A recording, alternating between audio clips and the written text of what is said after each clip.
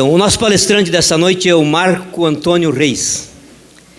Vou pedir para ele passar aqui para o outro lado da mesa. O Marco Antônio Reis nasceu na Palestina, é formado em engenharia mecânica, é empresário e proprietário da rede de lojas Coprubel. Ele é casado com a Aisha Reis e tem 3 filhos. Obrigado. Muito obrigado. Amém. Amém. Boa noite a todos. É um privilégio estar diante dessa plateia seleta, né? E também é um privilégio estar aqui conhecendo o trabalho da Adonep. Eu já estive há 20 anos atrás ministrando também, uma vez dando testemunho da Adonep lá em Carazinho, há 20 anos. E agora eu fiquei sabendo que tem um que se converteu lá no capítulo de Carazinho. Onde é que está o Fabrício? Ah, está ali o Fabrício, ó. Se converteu lá. Eu, quando vim direto para o Brasil, em 1970, fui direto para Carazinho. E depois eu vou contar essa história, né? Em 1982, vim para Porto Alegre para estudar e estou aqui até hoje.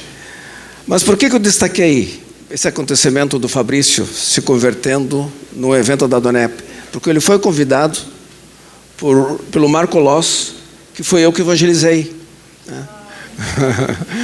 Então, eu evangelizei lá vários amigos, parentes, meu irmão, cunhados, sobrinhos se converteram, vários amigos, e acabou tendo uma igreja lá. Isso foi em 2001, iniciou. Em 2005, 2006, eu fui morar lá como pastor. E aí, quando estava lá, fui convidado, eu conheci a Adonep lá. E agora eu fico sabendo que um se converteu lá, convidado por um que o Marco Loss foi colega de aula meu. Quando cheguei no Brasil com 10 anos, eu conheci ele com 9 anos. Eu tinha 10, ele tinha 9. Eu estava na 5ª série primária, ele estava na 4ª série. Depois nós trabalhamos juntos no mesmo ramo, evangelizei, se converteu e está aí um fruto dele. Glória a Deus por isso. Né? Como eu disse quando eu cheguei aqui, vi o pessoal da Adonep entusiasmado, e mais uma vez, centenas, milhares de vezes, eu fico assim, numa alegria de ver cristãos entusiasmados, trabalhando por amor a Jesus. 2000 anos, depois de 2000 anos que o acontecimento na história do cristianismo significa a ressurreição de Jesus. Faz 2000 anos. E ainda tem gente entusiasmada, trabalhando de graça, só por amor. O que é isso? Tem algo de sobrenatural nisso aí. Senão nós não estaríamos aqui, já teria terminado, né? Nós fomos perseguidos pelo Império Romano por 300 anos. Fomos perseguidos por 300 anos pelo Império Romano, até que o imperador se converteu. Ele cansou de matar a gente, de matar cristão, até que ele se converteu. E aqui nós estamos aqui, por causa desse Espírito que habita em nós. Não matamos ninguém, evangelizamos, damos testemunho, para que outros conheçam, venham a amar o nosso Senhor, transformem suas vidas, desde aqui na terra, adquiram esperança, fé e de lambuja, como diz o gaúcho, a vida eterna. Muito obrigado pelo convite, amados irmãos. Meu nome é Marco Reis, nasci na Palestina em 1959 e vivi lá até 1967, até a Guerra dos 6 Dias, da famosa Guerra dos 6 Dias. A guerra aconteceu na cidade onde eu nasci e onde eu morava. Foi na minha cidade ali o epicentro da guerra, onde os exércitos israelense e o árabe se encontraram. Foi ali na cidade. E aí vivi tudo aquilo, aquela história. Na época eu tinha 7 anos, nem dava muita bola, né? A gente foi para um bunker, ficamos lá 3 dias, era um depósito de banana, o bunker. Então no primeiro dia a gente já comeu todas as bananas maduras. Era nós e nossos vizinhos. E a gente continuou comendo banana verde, né, até terminar. E aí, quando o exército invadiu, começou a ficar muito perigoso. E meu pai não estava. Meu irmão, minha mãe, minha irmã, disseram, vamos sair daqui, vamos embora. E muitos saíram da cidade. Nós fomos parar numa igreja cristã, porque os exércitos respeitavam as igrejas, escolas e hospitais. Hoje não respeitam muito, né? Mas naquele tempo ainda respeitavam, principalmente igrejas. Depois eu vou contar a história, como é que isso começou de respeitar a igreja. Sabe, quando começou essa tradição de não atacar a igreja, foi quando os bárbaros invadiram Roma, derrubaram os muros de Roma, e o chefe bárbaro mandou fazer uma chacina em Roma. Porque os romanos estavam há muitos anos resistindo, deram muito trabalho para eles, entraram com raiva. Ele falou, pode matar todo mundo, menos as igrejas. Ninguém toca em quem está dentro das igrejas. E aí virou essa tradição. A gente nem sabia, a gente só sabia que não matavam gente que estava na igreja. A gente foi lá. Aí ficamos lá mais alguns dias. Meu pai não estava. Nós dormíamos. A igreja era um salão, na minha concepção era um pouco maior que esse salão, e nós dormíamos todo mundo, um do lado do outro. Isso é guerra. Isso é guerra. Daí não tinha comida, e meu pai, depois dos 2, 3 dias que eu estava ali, passou com uma bicicleta, gritando na rua o nome do meu irmão mais velho. Daí nós escutamos aquela voz, minha mãe falou, é o Salim. Salim é o nome do meu pai. É o Salim. Aí fomos lá, era ele de bicicleta. Arranjou uma bicicleta não sei aonde. E venho, aí não tinha mais comida. Aí, como é que a gente ia comer? Eles vamos arrombar um armazém. A gente foi arrombar o armazém, ele me levou junto. Meu pai, onde eu ia, ele me levava junto. Aí a gente foi arrombar um armazém. Estou contando essa história porque daqui a pouco vai aparecer por quê. As influências dos testemunhos, né? Fomos arrombar o armazém. Aí no armazém tinha um tipo de mini mercado e tinha uma câmara fria. Abriram aquela câmara fria, pegaram a ovelha inteira, lá é terra da ovelha, né? Pegaram comida, outras coisas, e eu comecei a encher meus bolsos de chiclete, bala, bolita, né? Aí meu pai chegou assim, me deu um puxão de orelha e mandou, bota de volta isso aí. Nós não somos ladrões.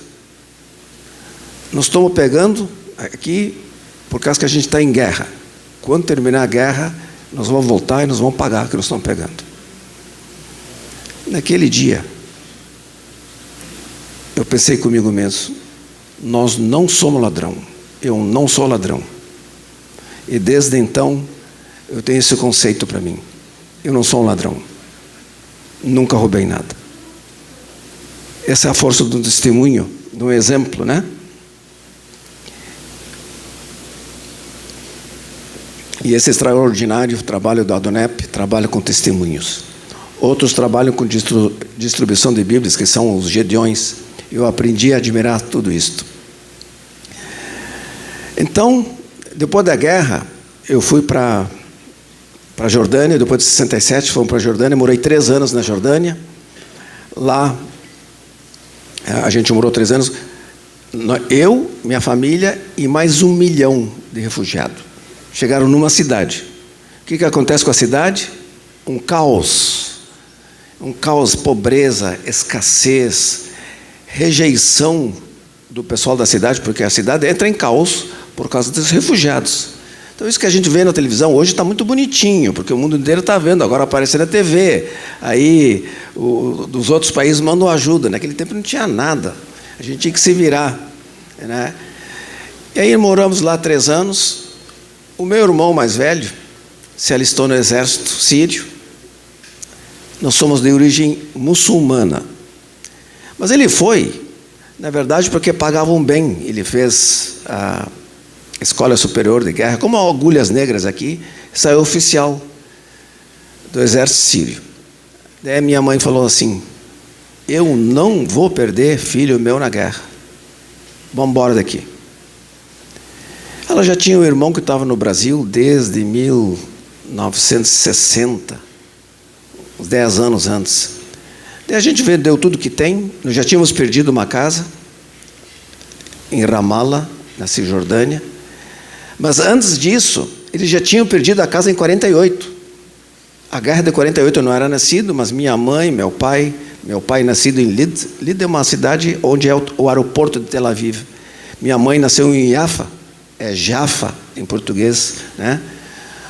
E que era a cidade maior. Tel Aviv era um subúrbio. Hoje Tel Aviv, que é a capital, e Jaffa é um subúrbio, pequenininho.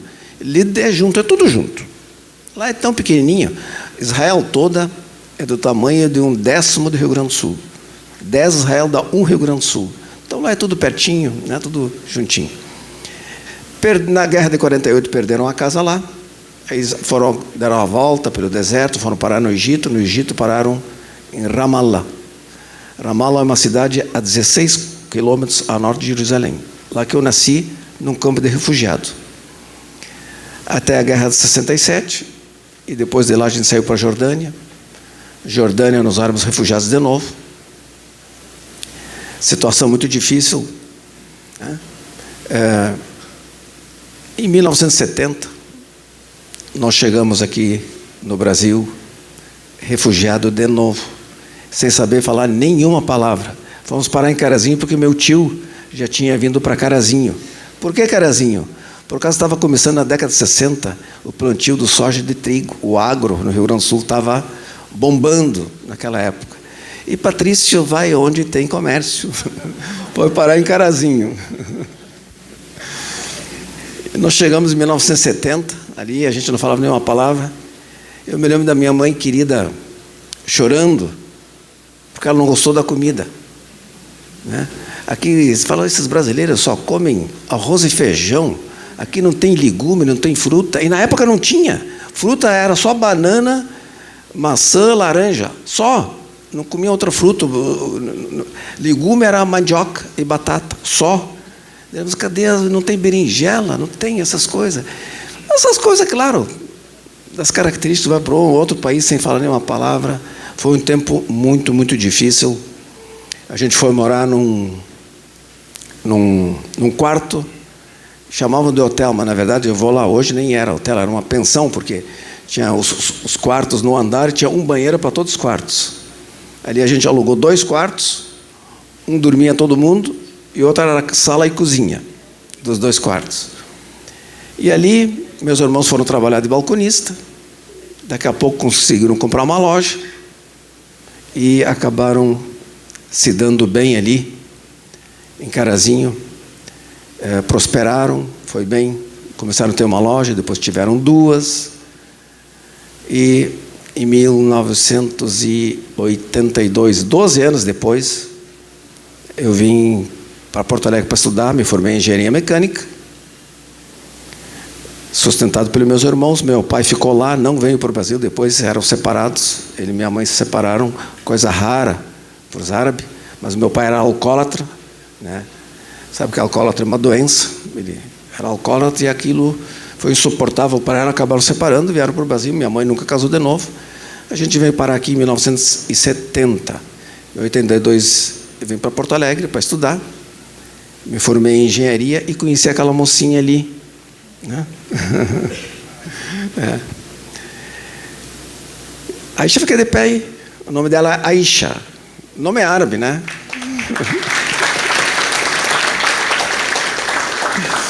Conheci a Aisha aqui em Porto Alegre, na PUC. Eu digo que eu devo o conhecimento dela a Carris. Eu conheci ela no ônibus da Carris. Ela estava com um alcorão no pescoço, né? E naquele tempo os estudantes ajudavam o outro, quem estava de pé, a maioria era de pé no ônibus, quem estava sentado pedia a pasta, não era a mochila, era a pasta, né? E ela... pasta era sem alça, tinha que carregar assim embaixo do braço. Daí quem estava sentado pedia a pasta, tem uns que fizeram assim, né? Os 50 a mais. Ela me pediu, quer que eu segure a tua pasta? Isso era uma gentileza que todos estavam sentados faziam porque estavam de pé. Eu falei sim. Aí, eu vi aquele alcorão, ele falou, tu é árabe? Ela falou, sou. Eu também sou. Ela, é. Depois ela me disse que ela duvidou. Achou que era uma cantada. Ela tinha 17, eu tinha 22. Aí, achei ela tão bonitinha, né? Uma arabezinha tão bonitinha. Aí eu falei assim, como é que eu vou encontrar essa menina de novo? Qual é a tua turma? Ela, não me lembro quanto, 442. Aí pela turma eu sei que sala ela está. A gente tem lá nos murais o horário, fui lá, fiz de conta que estava passando. Aí vi ela e acabei fazendo uma amizade com ela. E aí ela era crente, ela acreditava em Deus. E eu, na faculdade, já virei ateu, simpatizava do marxismo, né, leninismo, e eu brigava com ela por causa da fé dela. De jeito nenhum, para com essas coisas. E não adiantava. Ela acreditava, mas não era crente assim. Era crente, aliás, mas não era discípula, né? Mas acreditava em Deus. Aí passamos aquele período, me formei em 85, e a gente acabou, nós somos muito diferentes em tudo. Não tem um casal mais diferente que nós dois. E a gente brigava muito. Imagina, 17, 18, depois 18 e 23. Assim era, nós noivamos nesse meio tempo, né? O pai dela não deixou a gente ficar sem noivar, não. Noivamos de aliança lá. Mas quando eu me formei, a gente se separou.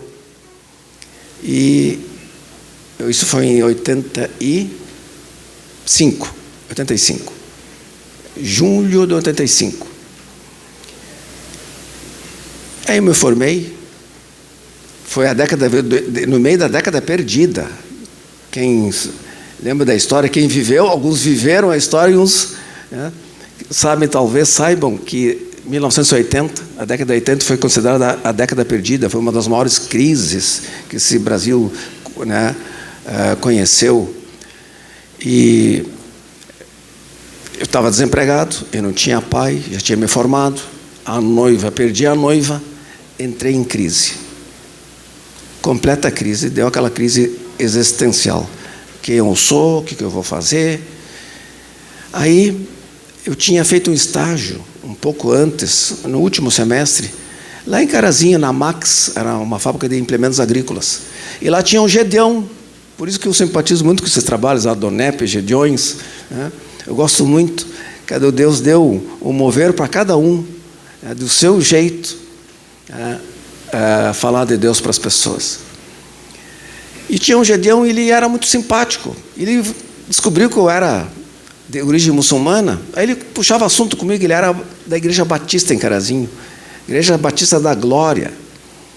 Aí ele puxava assunto comigo, e um dia ele me deu de presente uma Bíblia. Eu trouxe 30 Bíblias aqui, viu? 30 e poucas. Depois de presente para quem não tem Bíblia em casa, para os visitantes que não têm Bíblia. Porque numa dessas eu ganhei de presente, não recusei por educação, mas não li a Bíblia. Mas eu fui educado, recebi aquela Bíblia e guardei.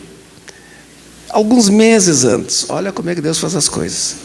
Nem dei bola. Ele até me convidou para mim na congregação dele, na Batista, lá de Carazinho.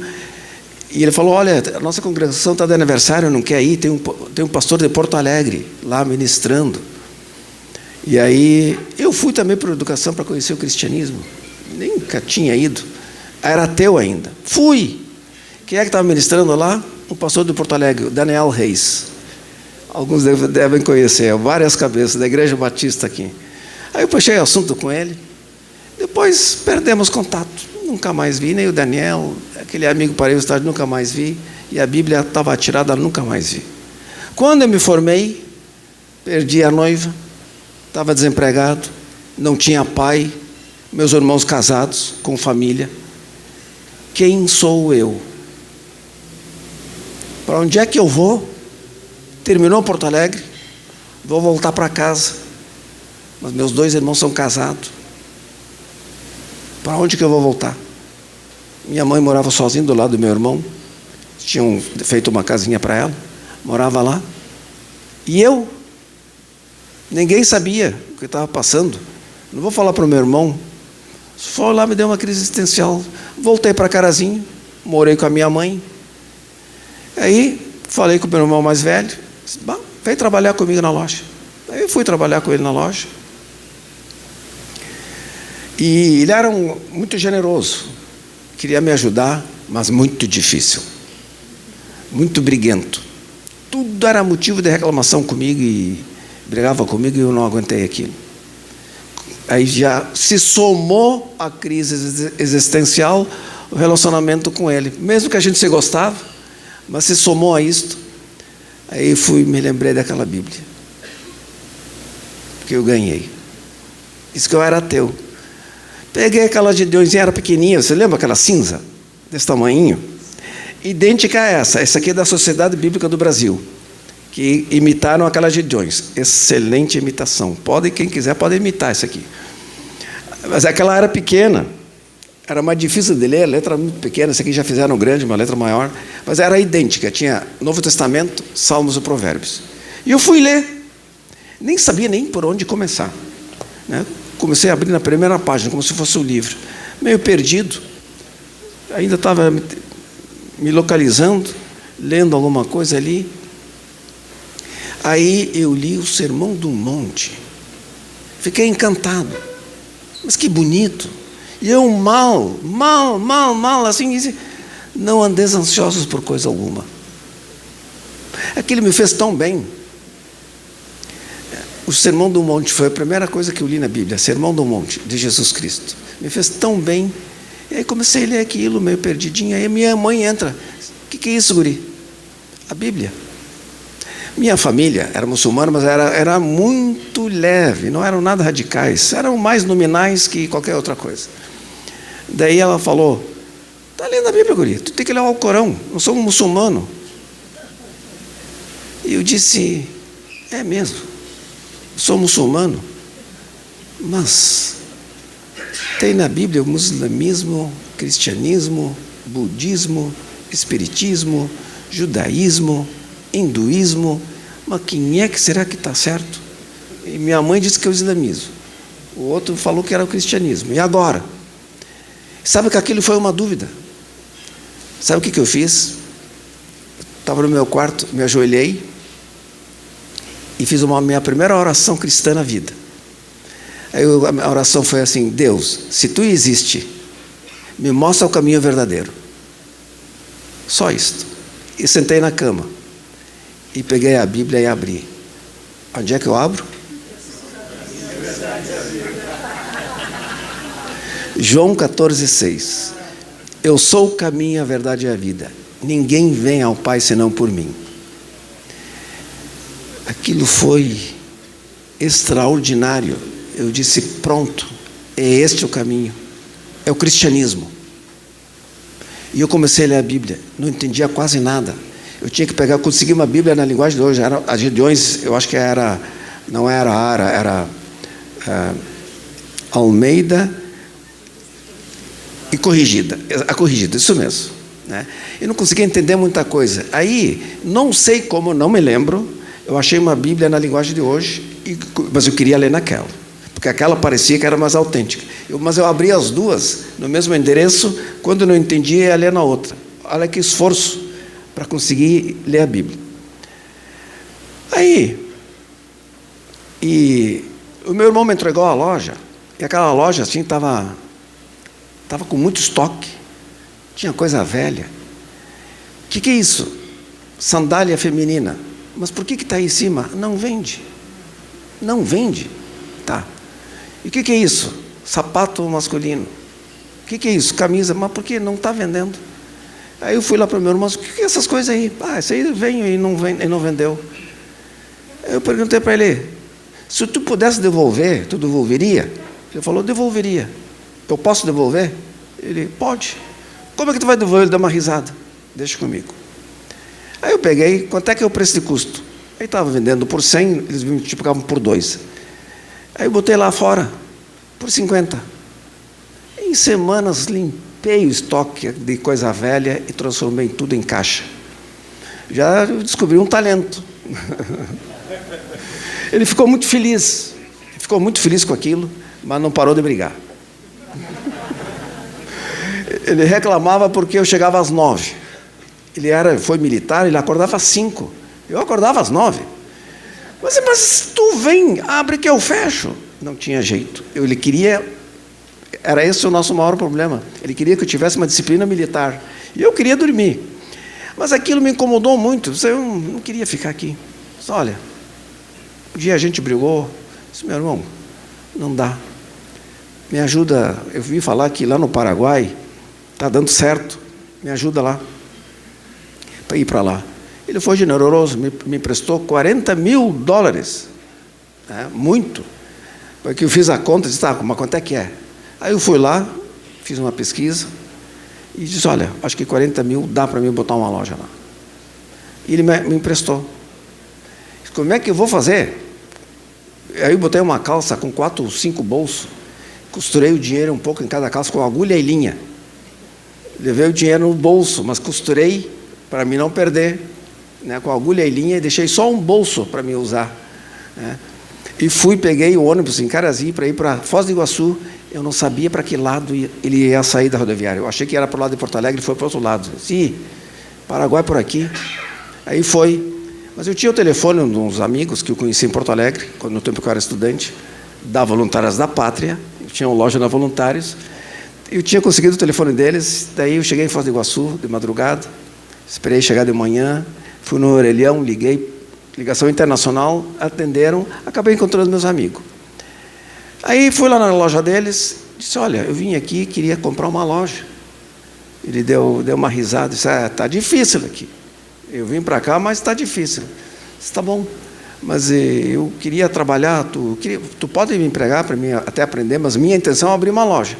Disse, pai, mas eu não posso, a coisa está difícil. Não, eu trabalho de graça, não precisa me pagar nada. Tá bom. Aí, trabalhar de graça pode. Aí eu fui, e eu fui o melhor balconista dele. Também tinha ido lá pela primeira vez, não conseguia vender as coisas, tudo encalhado. Quando a gente bota a loja nova, isso acontece. Compra mal, depois está lá, fica encalhado. E eu comecei a vender tudo, desencalhar tudo para ele. O que não está vendendo? Isso aqui, deixa comigo. Vendi tudo. Aí ele ficou tão feliz com aquilo, ele começou a me pagar o almoço. Tá, olha aqui, vem cá. Levou para o restaurante, falou para o dono do restaurante, quando ele pode vir comer, botar na minha conta. Tá bom. Onde é que tu vai dormir? Esse é o primeiro dia ainda, o segundo dia, eu tinha alugado um hotelzinho baratinho. Não, vem dormir comigo lá. Daí fui lá, era uma kitnet e já estava em 4. Né? E aí eu dormi naquele dia, eu dormi no carpete, não tinha nem cama para mim, era uma kitnet grande. Eu era o quinto. Aí eu fui lá, comprei um lençol, uma toalha e morei naquela kitnet com eles por um tempo. E ela trabalhava todo dia, mas o acordo é que eu não tinha hora nem para chegar e nem para sair. E eu podia sair a hora que eu quisesse, eu trabalhava de graça. Tá bom, em pouco tempo eu entendi a galeria, entendi o negócio, entendi o Paraguai. Aí eu fui comprar uma loja. E nesse tempo sempre uma bibliazinha, mas lendo escondido. Entendi aquilo tudo. E eu fui comprar uma loja. E o ponto é o direito a alugar. Esse é o ponto. Para te alugar uma loja, tinha que pagar um ponto. O direito para alugar tinha que pagar.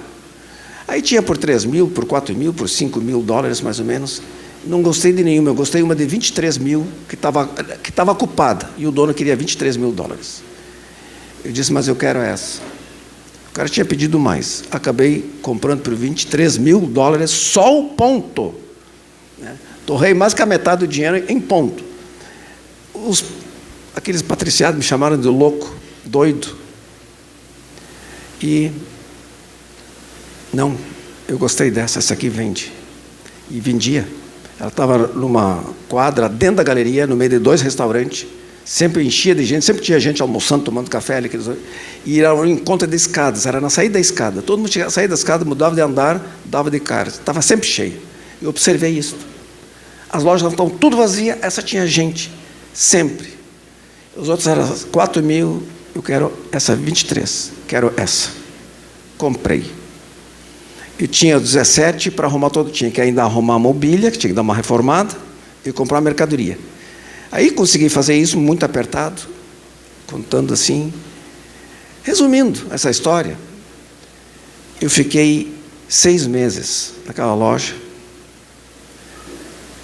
resolvi vender. Chegou um cara lá. Eu resolvi não. Primeiro chegou um cara. Quer vender essa loja? Ficou famosa a minha loja porque vendia. Eles ficaram sabendo que era quem mais vendia. E não só isso.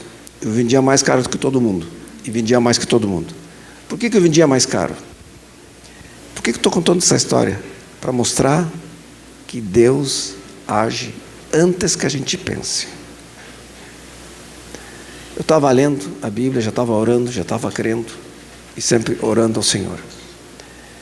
E Deus, e aqueles, eles vendiam tão barato, que ninguém ganhava nada. Tanto de todos os meus conhecidos, que eram dezenas, que eram daqui do Rio Grande do Sul, que foram para ter loja no Paraguai, o único que voltou com lucro fui eu. Não é conversa fiada, é verdade. O único que voltou com lucro fui eu. Aí, mas se eles vendem muito barato, não dá para ganhar nada isso aqui. Como é que eu vou fazer? Daí eu tive uma estratégia, uma inspiração. Lá tinha relógio verdadeiro e falso. Eles chamavam o verdadeiro de primeira linha e o falso de segunda linha. O que eu fiz? Eu só separei e eu botei uma placa, relógio verdadeiro, relógio falso. Só falso não, segunda linha. Ficava feio botar falso, né? Não era cultura do lugar, né? Era a segunda linha. E o primeira linha eu botava verdadeiro, primeira linha. E eu vendia 30%, 40%, 50% mais caro. Claro que eu não vendia para os sacoleiros, que eles compravam, tinha muito camelô comprando lá. Eu não vendia, não tinha cliente de camelô. Mas os turistas sentiram confiança. Eu quero, pago mais caro, mas eu quero ter certeza. E era. Não enganava ninguém. E era. E assim fiz com perfume. Verdadeiro, falso. E o verdadeiro vendia muito, mas era mais caro. Eu vendia mais caro. Eu botava 50% em cima, que para o comércio é pouco. Mas eles botavam 10%, uma loucura. Era muita concorrência. Aí eu ganhei bem. Aí 6 meses depois apareceu um cara lá, queria me comprar a loja, um Patrício. Quer vender a tua loja? Eu disse, não. Me vende, quanto é que tu quer? Eu disse, $30 mil. Pelo ponto. Deixa eu contar uma coisa.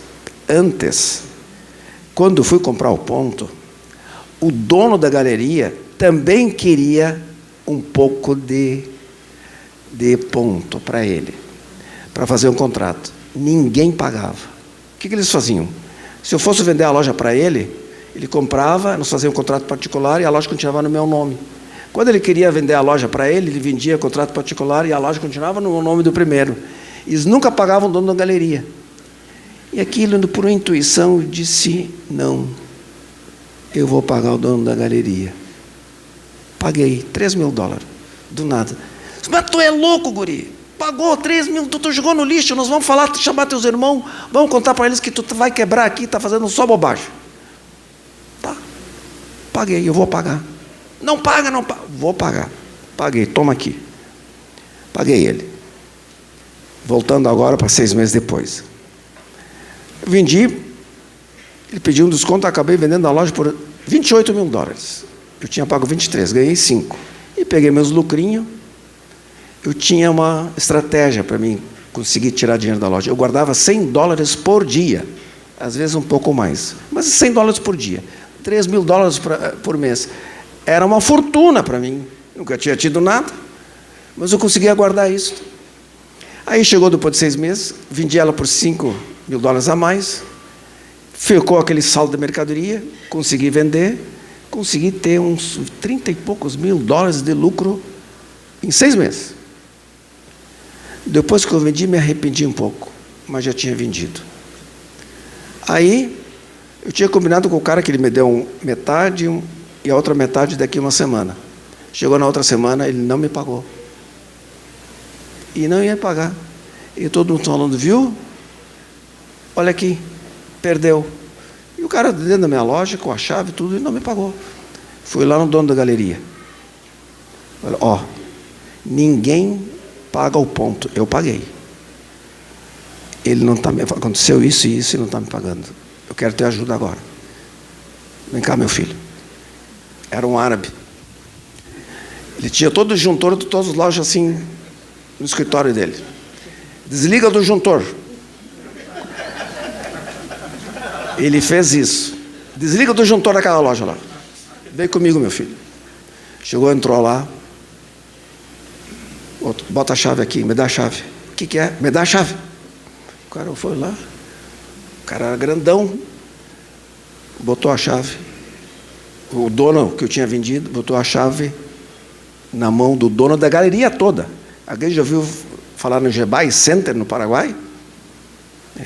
Era o seu Gebai, que era o meu pistolão.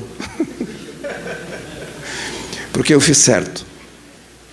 Daí ele pegou a chave da mão dele, toma, é tua, meu filho. E a mercadoria que está aqui é tua também. Não, mas eu vendi para ele, ele pagou a mercadoria. Não, é tua mercadoria, eu te dou. Pode pegar, e tu cai fora. Eu peguei, seria um baita de um lucro, ia ganhar todo um estoque. Daí eu chamei o cara, o cara se arrasou. Eu falei, vem cá, eu não vou fazer isso. Se tu me pagar em uma semana, eu vou te devolver a loja e o estoque. Eu te devolvo tudo. Mas olha, eu vou pagar em uma semana, tá bom. Que horas são? Eu acho que eram umas 12 horas e vamos 35 minutos. Semana que vem, segunda-feira, às 12 horas e 35 minutos, tu tem que me pagar. Aos 36, eu não te devolvo mais a loja. Combinado? Tá. O que aconteceu? Não sei o que ele fez, mas ele veio e me pagou direitinho. Peguei todo o meu dinheirinho, tudo em dia. Uma semana depois, fecha o Paraguai. Plano cruzado. Sarney, presidente, Funaro, ministro da Economia. Aquelas inflação de 40%. Deu uma troca de moeda. O câmbio subiu, ficou mais caro que o dólar, ninguém vendia nada, virou um deserto. E eu com meu dinheirinho no bolso. Tudo. Com lucrinho multiplicado. Voltei embora feliz da vida. Com um lucrinho bom. Eu atribuo isto a uma intuição da parte do Senhor. Eu atribuo isso a isto. Por isso que eu estou contando toda essa história. Eu do nada. Nesse meio tempo, nesses 6 meses, eu li a Bíblia. Todos os dias eu li a Bíblia. Até na loja. E eu trabalhava lá, todos os dias, abria a loja às 9 da manhã. Então eu já morava em Foz do Iguaçu, já tinha alugado uma kitnetzinha só para mim em Foz do Iguaçu, mas eu tinha que sair de casa às 7 para chegar lá às 9. A loja ficava aberta sem fechar até às 10 da noite. Sábado eu fechava às 11 da noite. Trabalhava 14, 15 horas por dia. Domingo das 9 até 1 da tarde. Eu só descansava domingo de tarde. Só. Num desses domingos à tarde que eu tinha de folga, eu li todo o livro de João numa sentada. Naquela minha Gedeonzinha. Naquele dia, eu acreditei em quem era Jesus. O que ele dizia, que ele era o Filho de Deus. Criei nisto. Naquele dia, lendo o livro de João. Numa tarde de domingo. E aí, continuando lendo a Bíblia, 2, 3 dias depois eu li lá. E tinha lá atrás então, nesse dia que eu criei, lá atrás das Gedeões, na última página, tinha: se tu aceita Jesus como Senhor e Salvador da tua vida, assina aqui. E eu aceito, assinei. E aí eu comecei a esconder a Bíblia embaixo do colchão, para se um árabe entrasse ali e não visse aquela Bíblia assinada. Eu estava com vergonha, com medo, com receio. Aí eu fui abrir a Bíblia. O que eu leio? Marta, tu que sabe tudo que eu já li. Aquele que se envergonhar de mim na frente dos homens, eu me envergonharei dele na frente dos anjos do meu Pai. Se é comigo, é para mim, não vou mais sentir vergonha. Eu vou confessar o nome de Jesus. Fui no outro dia, bem infantil, falei lá para todos os árabes: eu agora sou cristão. Jesus é o Senhor, é o Filho de Deus. Acabei com todo mundo. Olha, que encrenca, foi muita infantilidade. Tem gente aqui, que ouviram isso, que eu encontrei depois em casamento aqui, que no casamento de árabe, convidavam a gente, né? Agora pararam de convidar. Mas tem uns... tem uns amigos queridos ainda convidam, né? Aí...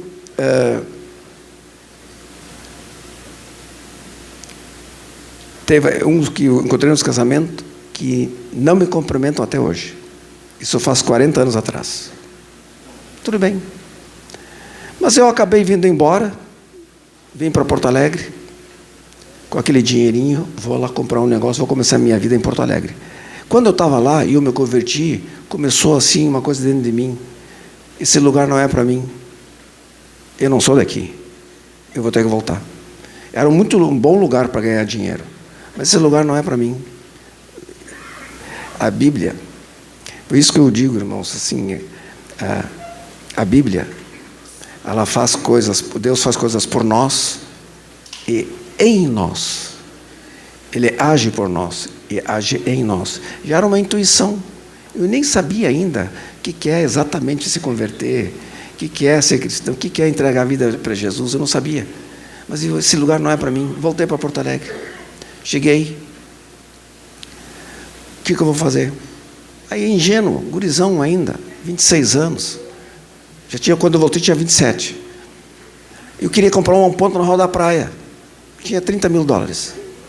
30 mil, no dinheiro de hoje, vamos supor que seja hoje. 150 mil, vezes 5. Era o meu dinheiro que eu queria. Sabe, ingênuo, fui lá na Rua da Praia, queria comprar um ponto. Aí chegando num ponto, nem era muito grande. Estava à venda, quanto é que é? R$500 mil. Sim. Nem pensar. Saí jururu. Não vou, eu queria, não sabia que era tão caro. Rua da Praia era caríssimo, década de 90, isso foi, não, década de 80, 87 eu voltei. Não tinha como. E agora? E agora? E agora? E o tempo foi passando, e eu fui comendo o dinheiro. Tinha que comer, tinha que pagar condomínio, tinha que pagar a luz, eu tinha um carrinho que eu tinha ganho do meu irmão, querido. E, quando eu vi, estava com $28 mil. 27. Bateu o pavor. Eu vou comer tudo que eu consegui fazer. Os $40 mil eu tinha devolvido para o meu irmão. Paguei tudo. Eu tinha ficado com o lucro. O lucro ele me deu. Eu paguei ele, e entre nós não tinha juros, não tinha nada. Eu devolvi igual. $40 mil, eu devolvi 40. Eu tinha ficado com os 30, 31, 32. E há alguns meses, estava pagando conta. O que aconteceu? Bateu o pavor de novo. Fiquei angustiado. Muito angustiado. Mas daí, eu já sabia o que fazer. Fui orar. E a minha oração sempre foi muito simplesinha. E eu orei assim, nem mais, nem menos. Eu não estou resumindo.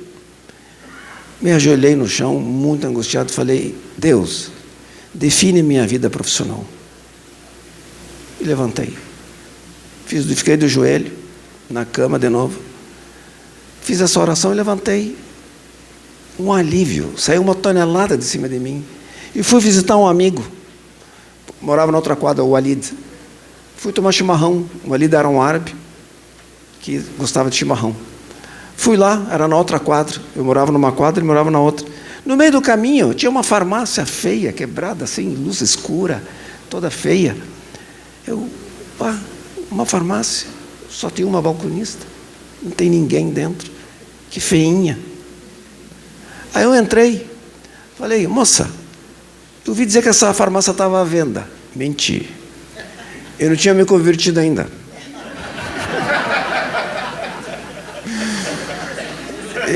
E ela falou, como é que tu sabe?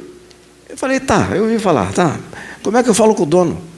Falou, olha, é muito difícil, já tem 3 que estão na fila querendo falar com ele, mas não conseguem falar com ele. Ele é candidato a prefeito de Capão da Canoa. O nome dele é Neylor. Aí, mas me dá o telefone dele. Ela me deu num papelzinho, eu saí, era na Avenida Independência. Voltei para o centro, Avenida Salgado Filho, onde era a telefônica. E a gente entrava numa cabine telefônica e discava. ganhava uma fichinha, fui lá na cabine telefônica, era a casa dele, liguei, quem atende? O Neylor. Ô, seu Neylor, tudo bem? É que assim, assim, assim, assim. Mas como é que tu achou meu telefone? A moça me deu. Bah, mas faz uma semana que eu estou fora de casa e já estou saindo, tu me encontrou na hora. Tá bom. E como é que nós podemos falar? Daí ele falou para mim, olha, sexta-feira eu estou indo para Porto Alegre falar com o Simon, era o governador do estado, o pai dele. O senador, nós conhecemos o senador Simon foi governador do estado. Ele era do MDB. O Neylor era candidato a prefeito de Capão da Canoa. Estou indo para Porto Alegre sexta-feira. Eu, tá bom. Aí nos encontramos numa padaria na frente dessa farmácia, tomamos uma batida de mamão, né, mamão com leite. E conversamos, e eu fui orando, que nervoso, eu tinha que comprar essa farmácia vai dar certo, eu posso comprar ela. Aí eu botei no meu coração, eu não pago mais do que tanto, é o máximo que eu vou pagar. Senhor, se é para ser minha, então vai ser por esse preço, no máximo. Tá. Aí cheguei, quanto é que tu quer pela farmácia? Quanto é que ele pediu? Menos de 1/5 do que eu queria pagar. Eu, tá bom, negócio fechado. E agora como é que a gente faz o contrato? Moça, tem um guardanapo e uma caneta aí? Tem. Eu, Neylor, vendi para o Marco Antônio Reis, portanto, vai entregar semana que vem. Assina aqui, assinei aqui. Verdade. E eu peguei o talão do cheque, toma, não tem fundo. Quando me deixar a chave, eu cubro o cheque. Certo? Certo. Semana que vem, pegou, botou a mercadoria que tinha no carro, levou, me deu a farmácia sem nada. Pode cobrir o cheque, pode depositar amanhã. Comprei a farmácia. E agora? Tem que falar com o dono da farmácia. Esse aluguel que eu não vou conseguir pagar, o que eu fiz? E agora? Quanto é que é? Eu tinha o endereço, fui lá no dono, morava no Moinhos de Vento, um apartamento lindo, grande. Cheguei lá, todo inibido, e agora? Eu aluguei ali, nem tinha falado com ele. É mesmo? Parabéns. Quanto é que é? Nossa, aquele lugar lá nem é meu, é do meu pai. Era um senhor de uns 60 anos, e o pai dele tinha 90. E o pai dele tinha sido farmacêutico ali. Tinha sido dele. Ele que tinha inaugurado aquela farmácia em 1800 e não sei quanto. Né? Aí ele tinha carinho pela farmácia. Se tu deixar ela sendo farmácia, não botar outra coisa, eu te cobro tanto. Era um salário mínimo. Eu achei que ele ia pedir 15 mil, 20 mil. Era um pontaço. Na época, a Avenida Independência era boa. Me pede um salário mínimo. Quanto é que é hoje? 1.600, 1.500? Eu, fechado. Mas eu vou te pedir uma coisa. Minha filha é farmacêutica. Tu pode contratar ela? Sim. Já saí com medo. Pronto, estou amarrado. E não é que a moça idônea, honesta, competente, ficou até ela se aposentar. Mas agora eu tinha que abrir a farmácia. Não sabia nada. Fui contratar um gerente da Panvel. Eu copiei uma Panvel, melhor farmácia que tem, e botei a Panvel e copiei. Nada se inventa, tudo se copia. Né? Nada se cria, tudo se copia. Né? Lavoisier. Farmácia Independência. Eu vou resumir aqui, que a história, eu gosto muito dessa história, foi quando mais foi muito bem. Em 3 anos, consegui poupar um dinheirinho. E eu resolvi fazer mestrado em Florianópolis, em 1990. E eu ganhei uma bolsa do CNPq, $500. Eu gravava tudo em dólar, porque a inflação era muito alta, a gente não conseguia gravar, dolarizava tudo. E eu fiz um voto, vou viver com $500 por mês, vou poupar tudo que a farmácia der. Fiquei 1 ano lá, terminei o mestrado, voltei para Porto Alegre, aparece quem? O Marco Loss, que te evangelizou. Tinha botado uma pequena fábrica de cadeira em Carazinho, aqui chique. Fabricava cadeira para salão, ele vendia para a Coprobel. A Coprobel tinha 3 funcionários. E o dono estava doentinho, queria vender a Coprobel. Ofereceu para ele. Ele tinha uma fábrica. Daí ele disse, eu não vou conseguir tocar. Ele veio e me convidou. Tem um negócio assim, tu não quer entrar de sócio? Eu falei, tá, deixa eu ver. Fui lá, Não parava de entrar gente na Coprobel. Tudo cabeleireiro. Eu falei, eu aceito. Aí ele falou, tá, então o dono queria metade daqui tal dia, quando ele entregasse a chave. Tu dá metade, chega no dia, eu te dou outra metade. Aí eu pago os outros 50%. Eu falei, tá bom. Aí para mim aprender, fui trabalhar para o seu Egon. Deixa eu trabalhar de graça para mim aprender. Eu vou assumir essa loja que tinha comprado. Não sabia nada daquele ramo. Ele falou, tá bom. Eu trabalhava de graça lá. Que maravilha. Vendia bem mais que a farmácia, margem de lucro melhor. Barbaridade. O senhor, faz o Marco desistir. O outro era Marco. Daí chegou um dia antes, Marco, meu negócio aqui em Carazinho está indo muito bem. E a minha irmã que ia mandar para te ajudar, aí não vai poder. Tu não quer ficar para ti? Me desculpa, mil perdões, eu não vou poder. Fica tranquilo, sim. Fiquei com a Coprobel. Foi a mesma coisa que lá. De novo, arrumei direitinho. E botei uma mercadoriazinha e eu comecei devagarzinho. Isso foi, eu assumi ela dia 1º de outubro de 1991. Em novembro, a L'Oréal não tinha atingido a meta. Essas multinacionais têm meta de unidade. Eles tinham que vender tantas unidades por ano. Não tinha atingido a meta. Daí, eles autorizaram a vender para salões, não para loja. Tinha autorizado para salões que podia vender para salão com dúzia de 24. O que é isso? Tu comprava 12 e ganhava outros 12. Aí eu descobri aquilo, cheguei para o gerente, tá, eu vou comprar, loja não pode. Mas por que não pode? Não, estraga o preço. Eu prometo que não estrago. Eu assumo um compromisso contigo que eu não vou estragar, mas não pode. Tem que ser salão. Tá, mas se eu abrir um salão, aí pode. Mas aí tinha mas se eu comprar tudo que eu quero num salão, eles não vão vender. Eu abri 22 salões. Porque era só CPF, eles aceitavam. Naquele tempo não precisava ter CNPJ. Aí eu peguei minha cunhada, outra cunhada, minha amiga, a gerente da farmácia, a mãe do Vinícius. Você conhece o Vinícius Gonçalves? A mãe dele abriu o salão no nome dela. 22.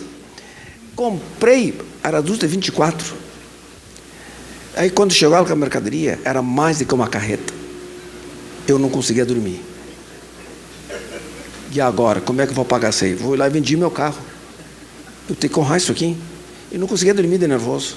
A Aisha nem sabia dessas coisas. Não contava para ela.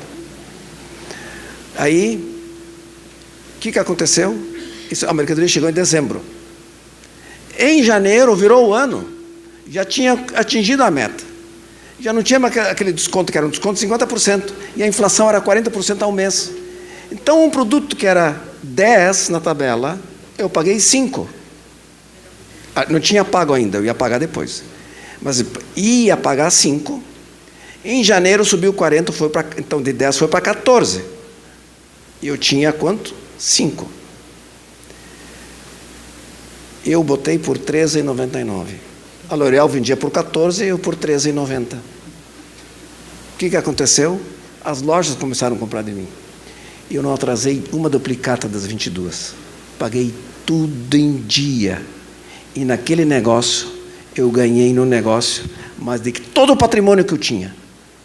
Não tinha, ganhei $50 mil no negócio. Eu não tinha, meu patrimônio inteiro não chegava a isso. No negócio. Aí, isso aconteceu. O que eu atribuo a isso? A mão de Deus por trás. Eu não gosto de falar isso, atrair pessoas com esse tipo de coisa, como Deus fica dando dinheiro para a gente. Mas Deus tinha um propósito. Né? Deus tinha um propósito. E esse negócio bem fez eu e a Aisha. Eu casei com a Aisha em 91, a gente se acertou em 91, um pouco antes de ter a Coprobel.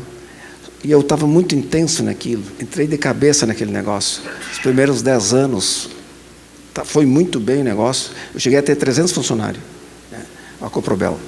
Até que veio a pandemia, depois a enchente, depois outras coisas, né, da condição do país, né? E o nosso casamento foi abalado. A gente começou a ficar mal no casamento. que a gente fez? Bíblia. Começamos a ler a Bíblia. Eu comecei a ler a Bíblia. E orar, o que eu faço? O que eu faço? O que eu faço? E aí aquilo já tinha entrado. A palavra de Deus já tinha entrado. E disse, só tem um jeito. Chamei a Aisha. Disse, olha, Aisha, a gente tem duas opções. Ou a gente se acerta, ou a gente se acerta. Nós somos cristãos, não tem outra.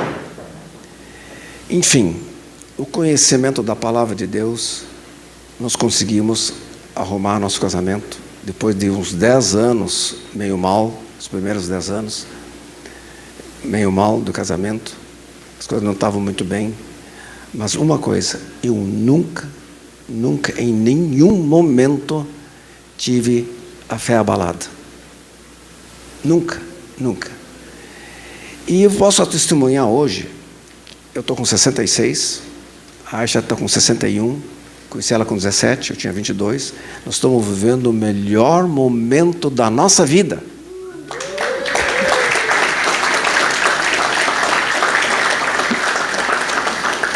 Sabe que mulher entrega ao marido. Aisha, é ou não é? A gente tem prazer de pegar o carro e sair só nós dois assim. Ficar num lugar sozinho, né? Bater um papinho. Tá tão bom ficar em casa lendo, né? E isso tudo eu atribuo ao conhecimento de Deus. Deus faz por nós e também faz em nós. Em nós. Tem um testemunho do César Steffler de Carazinho. Ele se converteu nos meus evangelismos. Sempre gostei de evangelizar. E ele se converteu lá de Carazinho. Mas ele ficou apaixonado. Logo que ele se converteu, daqueles assim, apaixonado, sabe? Tem uns que... Aí eu estava em Porto Alegre, ele me ligou. Disse, Marco, tem um amigo meu que estou falando para ele, um advogado, e eu queria evangelizar ele, mas eu não sei o que dizer. Quando que tu vai para Carazinho? Eu disse, olha, pai, eu só vou vir aqui daqui uma semana agora. Eu vou ver se alguém vai contigo. Aí eu desliguei o telefone, e me veio na mente um versículo com Jesus, aqueles gadarenos, quando eles foram libertos, queriam seguir Jesus, e Jesus falou, não, vai lá e conta para os teus o que Deus fez por ti. Eu peguei o telefone de novo, César, vai sozinho lá. Como é que eu vou falar? Não precisa falar nada. Vai lá e fala para ele o que Deus fez por ti. Ele, tá, foi. Me ligou no outro dia, o cara vai para a igreja. Ele vai para a igreja comigo amanhã, segundo domingo. Ele aceitou. E o que tu fez? Nada. Eu só disse para ele que quando a gente aceita o Senhor, não muda nada, mas muda tudo. Mas e aí? Aí ele ficou olhando e falou, tá, eu vou contigo no culto. É verdade. Quando o Senhor vem morar na gente, não muda nada, mas muda tudo. Isso é cristianismo. Esses últimos minutos eu queria compartilhar. Eu sou apaixonado por história, tenho estudado a história do cristianismo. Como eu falei para vocês, há 2000 anos estão aqui gente entusiasmada. O que é isso? E não só isso. Nos primeiros 300 anos, o cristianismo foi perseguido pelo Império Romano, com a mão pesada do Império Romano. Jesus morreu crucificado. Os apóstolos morreram todos martirizados. Morreram milhares, se não milhões de cristãos em 300 anos de perseguição. Às vezes forte, às vezes um pouco mais leve, mas 300 anos de perseguição e não acabou aquele movimento. Até que o imperador se converteu. Se ele se converteu direito, a gente não sabe, mas ele oficializou a religião cristã como sendo a religião oficial do Império Romano. Daqui a pouco, passou um tempo, Roma resistindo aos bárbaros, e no ano 480 houve a invasão bárbara. Entraram lá, vão acabar com nós agora, os cristãos pensaram. Mais uma vez, o que aconteceu? Os bárbaros simpatizando com os cristãos, não ataquem as igrejas. E o líder bárbaro, esqueci o nome dele, era Oderico, esqueci o nome dele, se converteu ao cristianismo e a igreja recebeu eles da época, e começaram a evangelizar os bárbaros. E os bárbaros começaram a se converter por atacado. Muitos. Chegou no ano 1000, tinha tanta gente convertida dentro do império que eles tinham que dar um jeito naquilo, faltava sacerdote, faltava gente, líderes. Aí eles fundaram um curso de teologia. Foi considerado o primeiro curso superior do mundo, foi teologia, oficialmente conhecido. Já tinha filosofia, mas não era ainda oficial como curso superior. Eram mestres com alunos, né? Era um outro jeito. Mas que foi oficializado, organizado, como disciplinas, horários, etc., foi teologia. E deu certo, formou muitos sacerdotes. Como deu certo, aí começaram outros cursos virem. Veio direito, os primeiros direito, arquitetura, medicina, filosofia, e aí nasceu a universidade, porque deu certo, o curso superior, isso foi no ano 1000. E começou agora o quê? O cristianismo, a ciência. Quem é que trouxe a ciência? O cristianismo. E não só isso, não sei se eu fosse falar que a música veio pelo cristianismo, as notas musicais foram descobertas dentro das igrejas, o dó, ré, mi, fá. Bach era dirigente de louvor. E passados os anos, os bárbaros se converteram, né? Quem era bárbaro? Toda a Europa era bárbara. Só não era considerado bárbaro os judeus, os romanos e os gregos. Eram quem tinha líder e obedeciam a lei escrita. Esse era o critério. O resto de todo mundo, lá na Escandinávia, que hoje o primeiro IDH do mundo, eram os vikings, eram piratas. No meio da Europa eram os godos, os visigodos, viviam assaltando, matando, invadindo uns aos outros. O que aconteceu? Eles se converteram, receberam, aprenderam a obedecer à autoridade, aprenderam uma ética, aprenderam uma moral. Depois vem no ano 1000 as universidades, vem a ciência, através do tempo. O que aconteceu? A Europa é o que é hoje devido ao cristianismo. Esse encontro de ciência que veio pelos cristãos, do conhecimento, da disciplina, mas a ética e a moral cristã, transformou um mundo bárbaro no lugar onde o cristianismo foi mais bem recebido da história, tanto que foi chamado de cristandade. Cristandade se refere à Europa, no mundo cristão. Depois houve ali, por essas coisas que o Senhor faz lá no silêncio, um rei da Inglaterra perseguiu os cristãos, fugiram, foram parar nos Estados Unidos, fundaram na maior nação do mundo cristã, os Estados Unidos. Foram cristãos que foram para lá. Isso é cristianismo. Cristianismo muda civilizações. Cristianismo muda vidas. Cristianismo muda a vida do muçulmano. Cristianismo pode mudar tudo, muda civilizações, mudou o mundo. Isso é a nossa fé. A fé cristã muda tudo. Mortos ressuscitaram, Jesus ressuscitou. Isso é cristianismo. E não só isto, eu só estou falando agora o efeito do cristianismo, né? Não só isto. O cristianismo tem uma história antes de Cristo, começou lá atrás em Gênesis, no Jardim do Éden, que é uma história linda. Tem uma história do propósito. Deus criou tudo com propósito. Não deu certo. Tem que conhecer essa história. Mas agora, hoje em dia, infelizmente, não dá, né? Não temos tempo. Mas o que eu queria dizer, que a história do cristianismo veio com Cristo, o nome Cristo que deu o nome cristianismo, mas a Bíblia começa muito antes, lá na criação.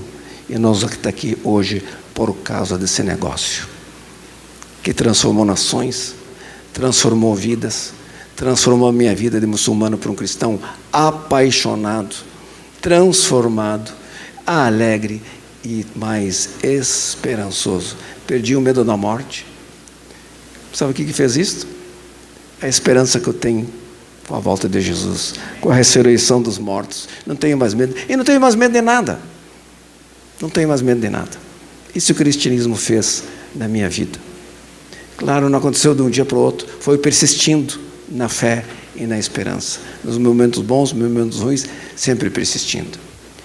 Eu estou dizendo isso por causa dos convidados, E agora, eu aprendi pelo método, pela inspiração desses homens entusiasmados da Donep, né, que eles costumam, no final do encontro, fazer uma oração para esses novos. Pena que não temos mais umas 4, 5 horas, eu ia continuar, tinha muito mais coisas para contar. Dá vontade, né? E nós somos apaixonados, né, por isso. Nós amamos o nosso Senhor. Tem uma coisa na Bíblia, eu posso mais um pouquinho. Tem um livro na Bíblia chamado Jó. Ele era um servo que Deus gostava muito dele. E tem uma história bonita lá que Satanás foi lá, atingiu a vida dele, ele se deu muito mal, perdeu tudo, e teve um tempo muito apertado. E Deus deixou, porque ele sabia que o Jó era fiel. Ele disse: olha, meu servo Jó é fiel. Aí passou um tempo. Lá no final do livro tem uma frase linda de Jó. Quando ele entendeu tudo, ele falou para o Senhor. Ele e o Senhor começaram a ter um bate-papo. Aí Deus falou para ele: quem tu é? Quem tu pensa? Por que tu agiu assim? Por que tu não pensou assim? Sabe o que eu sou? No final, Deus escutou tudo aquilo e falou para ele assim: antes eu te conhecia de ouvir falar, hoje meus olhos te veem. Eu quero dizer para os convidados, nossos olhos precisam enxergar o Senhor. Todo mundo já ouviu falar de Deus, todo mundo já ouviu falar de Jesus Cristo. Precisa nossos olhos vê-lo. Não tem nada mais extraordinário, não tem nada maior, não tem nenhum remédio para a dor maior do que isto, não tem nenhuma esperança maior do que nossos olhos vê-lo. Eu queria fazer uma oração para aquele que ainda não viu, para que possa vê-lo. Vamos ficar todos de pé, por favor?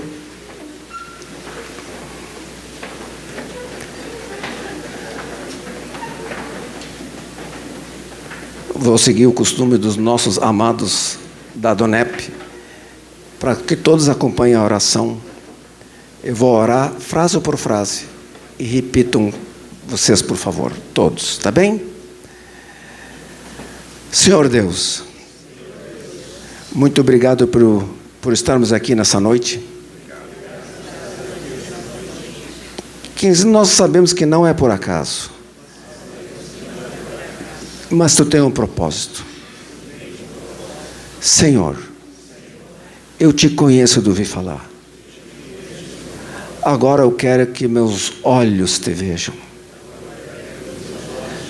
Te mostra para mim, Senhor, porque eu quero te seguir. Eu quero ser teu filho. Eu quero te conhecer na intimidade, Senhor.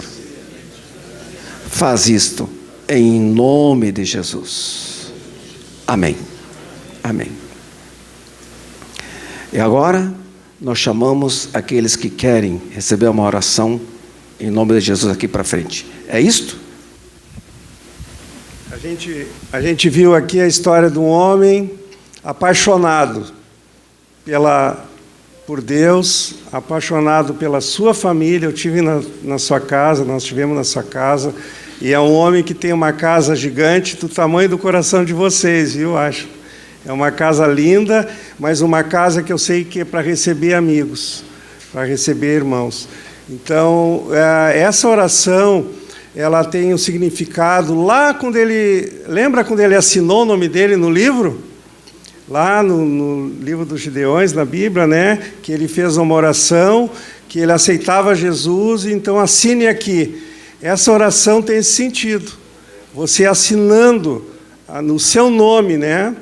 E que vai fazer uma aliança com Deus. Não é com uma religião, não é com uma igreja, mas é uma aliança sua, da sua própria vida, individual, com o Deus que lhe criou. Então, ele está vendo tudo, ele usou a vida, tem usado a vida, a gente está vendo a história lá do Fabrício, não sabia, Fabrício. Ele era o líder da Donep, agora está morando em Porto Alegre.